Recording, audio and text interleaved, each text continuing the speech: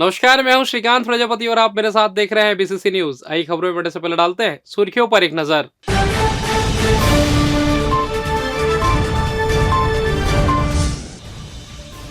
कवि सम्मेलन में शामिल हुए सीएम, प्रसिद्ध कलाकारों ने दी प्रस्तुति।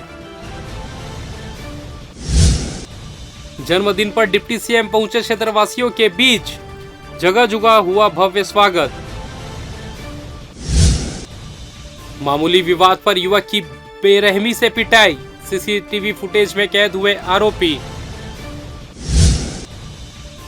दामाखेड़ा में धर्मगुरु पर हमला, अनुयायियों ने किया सख्त एक्शन लेने प्रदर्शन। तो ये थी सुर्खियां, अब खबरें विस्तार से। मुख्यमंत्री विष्णुदेव साय, उप मुख्यमंत्री अरुण साव के जन्म दिवस की पूर्व संध्या के अवसर पर पुलिस परेड मैदान में आयोजित अखिल भारतीय हास्य कवि सम्मेलन में शामिल हुए, जहां उप मुख्यमंत्री अरुण साव, बिलासपुर विधायक अमर अग्रवाल, बिल्हा विधायक धर्मलाल कौशिक, बेलतरा विधायक सुशांत शुक्ला सहित अन्य जनप्रतिनिधि साथ में मौजूद रहे। कवि सम्मेलन में देश के प्रख्यात कवि हरिओम पवार, दिनेश बावरा, शंभू शिखर, अनामिका अंबर सहित अन्य कवियों ने अपनी कविताएं प्रस्तुत की, जिन्हें अतिथि और श्रोताओं ने सुनकर आनंद उठाया और तालियां बजती रही। राज्य कर्मचारी संघ छत्तीसगढ़ के बैनर तले सोमवार को कर्मचारियों ने मुख्यमंत्री के नाम जिला कलेक्टर को ज्ञापन सौंपा। ज्ञापन में प्रभारवाद में चल रहे पदों पर तत्काल नियुक्ति करने की मांग की गई। दरअसल पदोन्नति के बाद ज्यादातर विभाग, जिनमें शिक्षा, स्वास्थ्य, कौशल विकास, कृषि सहित अन्य शामिल है, वहां रिक्त पदों पर जूनियर कर्मचारियों को प्रभार दे दिया गया है, जबकि विभाग ने उस पद के लिए काबिल कर्मचारी मौजूद है। लिहाजा ऐसे सभी रिक्त पदों पर तत्कालिक पूर्णकालिक कर्मचारियों को तैनात किया जाए और प्रभारवाद को समाप्त किया जाए, ताकि योग्य और पात्र कर्मचारियों को पदोन्नति मिल सके। ज्ञापन का मुख्य उद्देश्य है छत्तीसगढ़ शासन में 52 विभाग है और 52 विभागों में प्रभारवाद का खेल चल रहा है, प्रमोशन नहीं हो रहा है। उनकी जगह जूनियर कर्मचारियों को, वरिष्ठ कर्मचारियों को प्रभार दिया जा रहा है।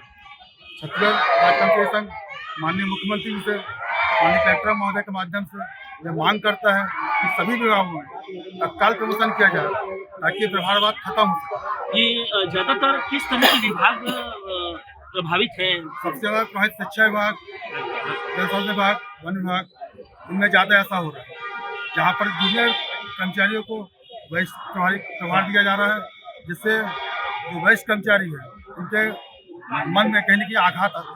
उप मुख्यमंत्री अरुण साव का जन्म दिवस रतनपुर में भी बड़े ही धूमधाम से मनाया गया। श्री साव ने मंदिर में दर्शन कर मां माया देवी का आशीर्वाद लिया, राज्य की खुशहाली और समृद्धि की कामना की। उन्होंने मंदिर परिसर में सफाई मित्रों का पथ प्रक्षालन कर सम्मान किया। जन्म दिवस की खुशी में उप मुख्यमंत्री को लड्डुओं से तौला गया और सभी का मुंह मिठा कराया गया। प्रधानमंत्री शहरी आवास योजना के अंतर्गत हितग्राहियों को मकान की चाबी सौंपी गई। उन्होंने लगभग 2 करोड़ रुपए के विकास कार्यों की सौगात दी। इसमें 30 लाख रुपए के 6 ई रिक्शा भी शामिल है। इस अवसर पर बड़ी संख्या में विभिन्न सामाजिक संगठनों के अधिकारियों और गणमान्य लोगों ने गुलदस्ता भेंटकर जन्म दिवस की बधाई दी। इस अवसर पर उप मुख्यमंत्री ने कहा कि ऐतिहासिक और पौराणिक महत्व की नगरी के पुराने वैभव को वापस लाने के लिए वचनबद्ध है। पिछले 10 महीने में लगभग 6 करोड़ की राशि से विकास कार्य किया गया है। आगे भी पूरी ईमानदारी से काम करेंगे।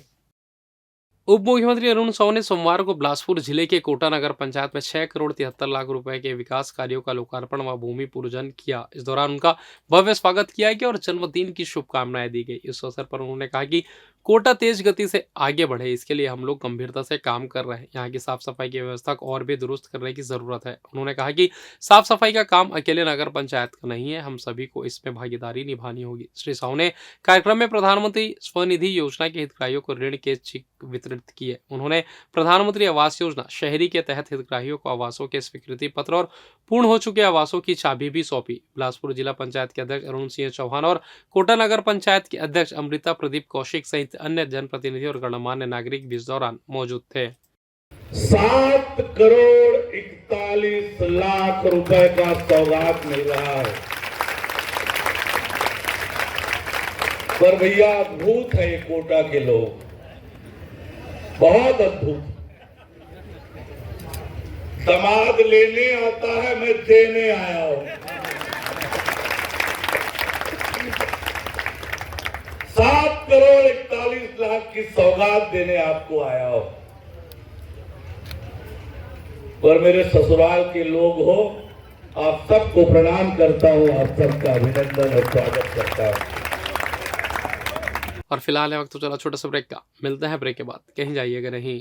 पिछले 17 वर्षों से रियल एस्टेट के क्षेत्र में दे रहे हैं अपनी सेवाएं और लगातार शहर की जनता को एक नई लिविंग लाइफस्टाइल। अपने कार्यों एवं सेवाओं के माध्यम से लाखों लोगों की उम्मीदों को दिया है आकार, इसलिए जिले में ही नहीं पूरे प्रदेश में इनकी पहचान है बरकरार। आपके सपनों के घर को हकीकत में बदल कर है दिखाना, इसलिए आपके लिए लेकर आए हैं भाटी आशिया।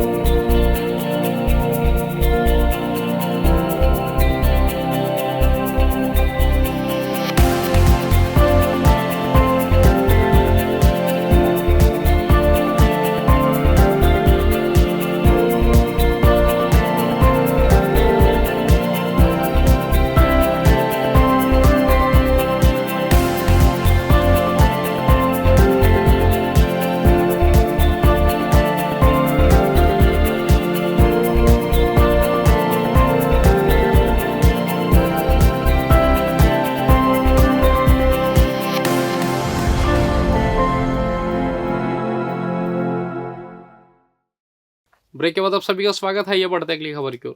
गाड़ी मोड़ने के कारण उपजे विवाद के बाद बाइक सवार युवकों द्वारा कार चालक से मारपीट का मामला सामने आया है, जहां कार सवार युवक को गंभीर चोट आई है। मामले में टिकरापारा निवासी तरनजीत सिंह नोत्रा ने सिटी कोतवाली थाने में शिकायत दर्ज कराई, जिस पर पुलिस ने अज्ञात युवकों के खिलाफ एफआईआर दर्ज कर जांच शुरू कर दी है। इधर घटना के बारे में प्रार्थी तरनजीत सिंह नोत्रा ने जानकारी देते हुए बताया कि बीती रात करीब 11:30 बजे वो अपनी कार से अपने मामा बल्लू सिंह और गुरुदीप सिंह नागरा को छोड़कर वापस हेमू नगर शादी में जाने के लिए अपनी कार को वापस मोड़ रहे थे कि उसी समय मन्नू चौक वाली रोड से मोटरसाइकिल में सवार दो अज्ञात लोग अपने मोटरसाइकिल को काफी तेज गति से शिव टाकी चौक की तरफ जा रहे थे, जहां कार और बाइक में टक्कर होते होते बची, जिससे खफा युवकों ने प्रार्थी के साथ गाली गलौज शुरू कर दी। जहां प्रार्थी और युवकों के बीच विवाद भी शुरू हो गया। फिर दोनों पक्षों में जमकर मारपीट हुई। बाइक सवार युवकों ने कार और प्रार्थी पर ईंट से हमला कर दिया। कुछ मिनट चली इस घटना में प्रार्थी को गंभीर चोटें आई है। वहीं आरोपी युवक घटना को अंजाम देकर मौके से फरार हो गया। इधर घटना का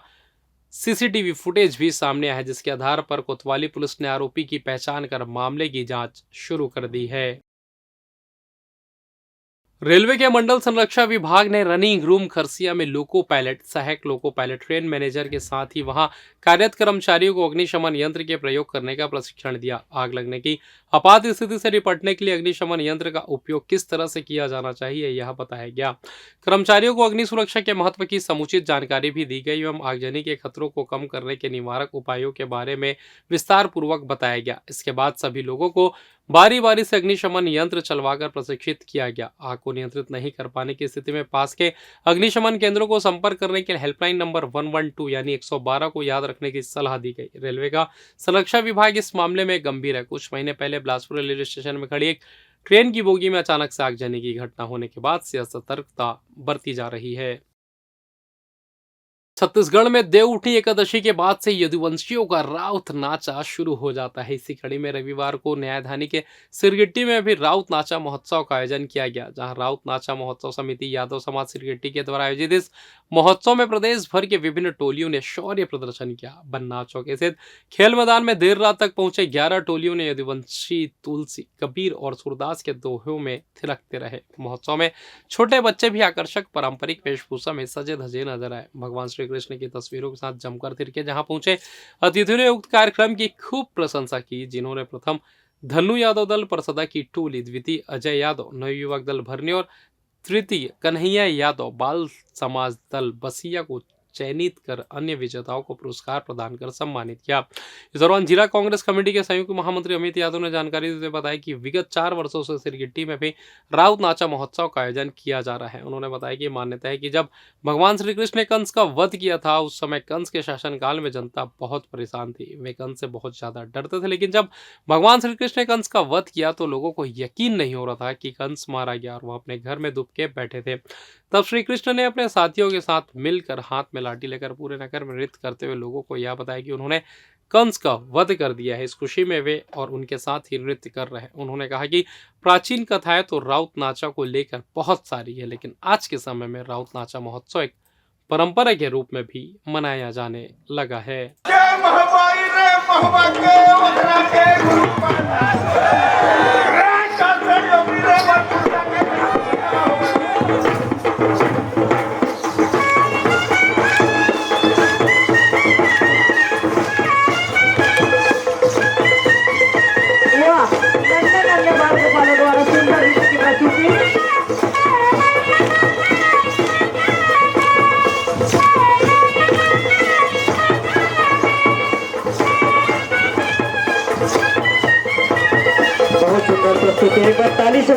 ये राउत नाच महोत्सव सिरगिट्टी में हो रहा है, जिसमें हमारे यादव समाज के द्वारा, जो कि पूरे जिले से यहाँ टीम आती है और यादव समाज का एक अपना अलग पहचान है। राउत नाच महोत्सव जो कि छत्तीसगढ़ की संस्कृति को बचाने के लिए यादव समाज के द्वारा शौर्य प्रदर्शन किया जाता है। लाठी, फरी, मनवांटन ये करके ये यादव समाज जो कि अपना शौर्य प्रदर्शन करती है। और ये आयोजन के लिए सिरगिट्टी यादव समाज के सब हमारे नवयुवक भाई यादव समाज के भाइयों को मैं बहुत बहुत बधाई देता हूं। और इसमें हमारे तीनों पार्षद जिसका एक महत्वपूर्ण सहयोग रहता है, और पूरे इनके टीम को मैं बहुत बहुत बधाई देता हूं जो इस तरह के आयोजन कर रहे हैं। इधर बलौदा बाजार के दामाखेड़ा में कबीर पंथ के धर्म नगरी में बड़ी संख्या में अज्ञात व्यक्तियों द्वारा घुसकर हथियार और बम विस्फोट कर वंशाचार्य पर जानलेवा हमला किया गया था। मामले में घटना को अंजाम देने वाले दोषियों सहित मास्टरमाइंड पर कार्रवाई की मांग को लेकर सोमवार को कबीर धर्मदास वंशावली मिशन और कबीर पंथ के अनुयायियों ने मुख्यमंत्री के नाम जिला कलेक्टर को ज्ञापन सौंप कर अपनी मांगे रखी है। बड़ी संख्या में प्रदेश के सभी मुख्यालय में सोमवार को यह ज्ञापन सौंपा गया है, जहां उन्होंने कहा कि यह हमला उनके धर्मगुरु के ऊपर नहीं बल्कि पूरे कबीर अनुयायियों पर किया गया है, जिसकी जांच होनी चाहिए और जो भी दोषी हैं उन पर सख्त से सख्त कार्रवाई होनी चाहिए। हम लोग विरोध प्रदर्शन कर रहे हैं। माननीय मुख्यमंत्री जी को ज्ञापन दिया है। दामाखेड़ा में 31 अक्टूबर 2024 को करीब 9 बजे 10 बजे के रात में असामाजिक तत्वों के द्वारा आश्रम में एवं हमारे नवोदित वंशाचार्य उदित नाम साहब के ऊपर जानलेवा हमला किया गया।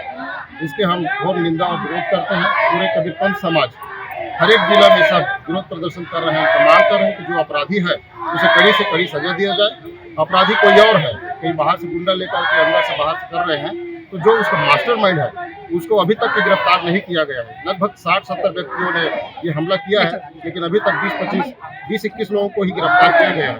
तो हम चाहते हैं, शासन से मांग करते हैं कि जिसका जो मास्टरमाइंड अपराधी है उसके पता करे और उसे कठोर से कठोर सजा। क्यों कार्रवाई नहीं हो रही, क्या लगता है आप लोग को? इसमें कार्रवाई क्यों नहीं हो रही है वही बता सकते हैं, लेकिन इसमें शासन जो भी है और इसमें पार्टी का भी ऐसा कुछ हो सकता है, इसमें अपन बोल नहीं सकते हैं। क्या मंशा है, ये तो जांच का विषय है। जो कबीरपंथ दामाखेड़ा एक कबीरपंथियों का तीर्थ स्थल है जहाँ पूरे देश भर के विदेश से भी श्रद्धालु आते हैं और हमारे नवोदित वंशाचार्य कबीरपंथ का भविष्य है।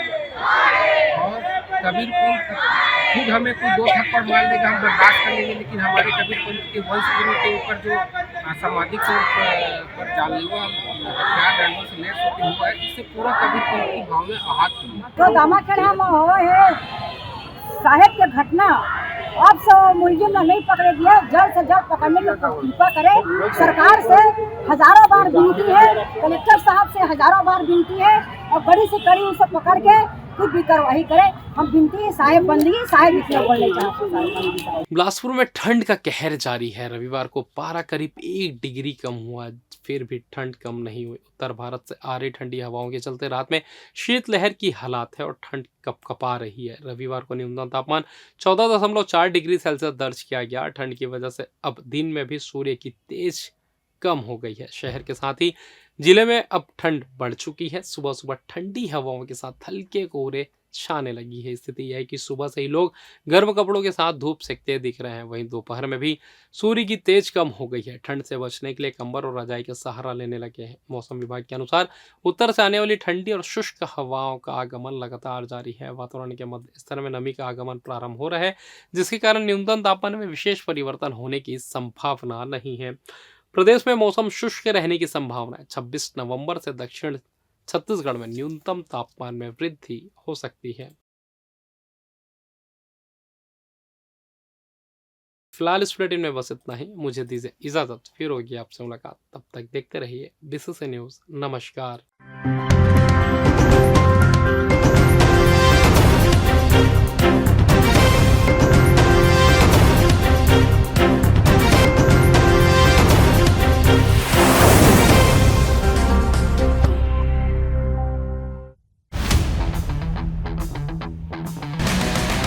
सुरों को स्वैग से मिलाएंगे, जो पर्दे के पीछे रहते उन्हें स्पॉटलाइट में लाएंगे। देश का सबसे बड़ा म्यूजिकल मंच लौट आया है ढूंढने टैलेंट की नई जनरेशन। बादशाह करेंगे सुर और स्वैग का फ्यूजन। कैसे हुआ तू इतना जरूरी। आप हीरो की आवाज मत बनो, आपकी आवाज ही हीरो है। जिसमें होगा दम उसे मिलेगी अल्टीमेट स्टारडम। हम सब की तरफ से हाँ है, क्योंकि इस बार जो गाएगा वो नजर आएगा।